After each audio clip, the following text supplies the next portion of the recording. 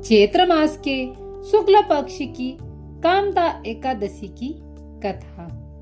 धर्मराज युधिष्ठिर बोले, हे भगवान, आपको कोटि बार प्रणाम है। आप कृपा कर चैत्र माह के शुक्ल पक्ष की एकादशी का वर्णन कीजिए। श्री कृष्ण भगवान बोले, हे राजन, एक पुरानी कथा सुनिए जो राजा दिलीप से वशिष्ठ जी ने कही थी। चैत्र मास के शुक्ल पक्ष की एकादशी का नाम कामदा है। यह पापों को नष्ट कर देती है और पुत्र की प्राप्ति होती है। इसके व्रत से कुयोनि छूट जाती है और अंत में स्वर्ग की प्राप्ति होती है। प्राचीन काल में भोगीपुर नामक नगर में पुंडरीक नाम का एक राजा राज्य करता था।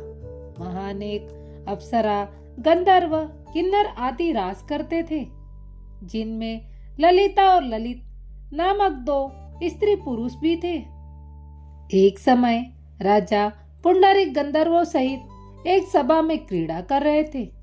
उस जगह ललित गंधर्व भी उसके साथ गाना गा रहा था, परंतु उसकी प्रियतमा ललिता उस जगह नहीं थी। इससे वह उसके विरह के कारण अशुद्ध गान गाने लगा। नागराज करकोटक ने राजा पुंडरीक से इसकी चुगली खाई।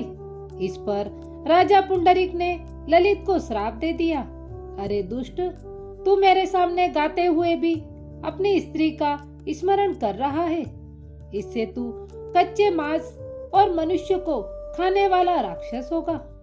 राजा पुंडरीक के श्राप से वह ललित गंधर्व उसी समय एक विकराल राक्षस हो गया। राक्षस हो जाने पर उसके महान दुख मिलने लगे और अपने कर्मों का फल भोगने लगा। जब ललिता को अपने प्रियतम ललित का ऐसा हाल मालूम हुआ तो वह बहुत दुखी हुई। वह सदैव अपने पति के उद्धार के लिए सोचने लगी। एक दिन वह विंध्याचल पर्वत पर श्रृंगी ऋषि के आश्रम पहुंची। उसे देखकर श्रृंगी ऋषि बोले, हे सुभंगे, तुम कौन हो और यहाँ किस लिए आई हो? ललिता बोली, हे मुनि, मैं वीरधनवा नामक गंधर्व की कन्या ललिता हूँ। मेरा पति राजा पुंडरीक के श्राप से एक भयानक राक्षस हो गया है। आप राक्षस योनि से छूटने का कोई श्रेष्ठ उपाय बतलाइए। तब श्रृंगी ऋषि बोले, अरे गंधर्वा कन्या ललिता, अब चैत्र माह के शुक्ल पक्ष की एकादशी आने वाली है। उसका नाम कामदा एकादशी है।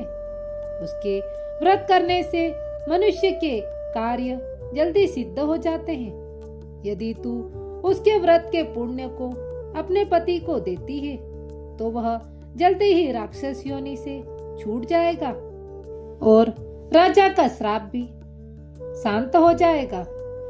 मुनि के वचनों को सुनकर ललिता ने आनंद पूर्वक व्रत किया और द्वादशी के दिन ब्राह्मण के सामने अपने व्रत का फल अपने पति को देने लगी और भगवान से इस तरह प्रार्थना करने लगी, हे प्रभु, मैंने जो व्रत किया है उसका फल मेरे पति को मिले।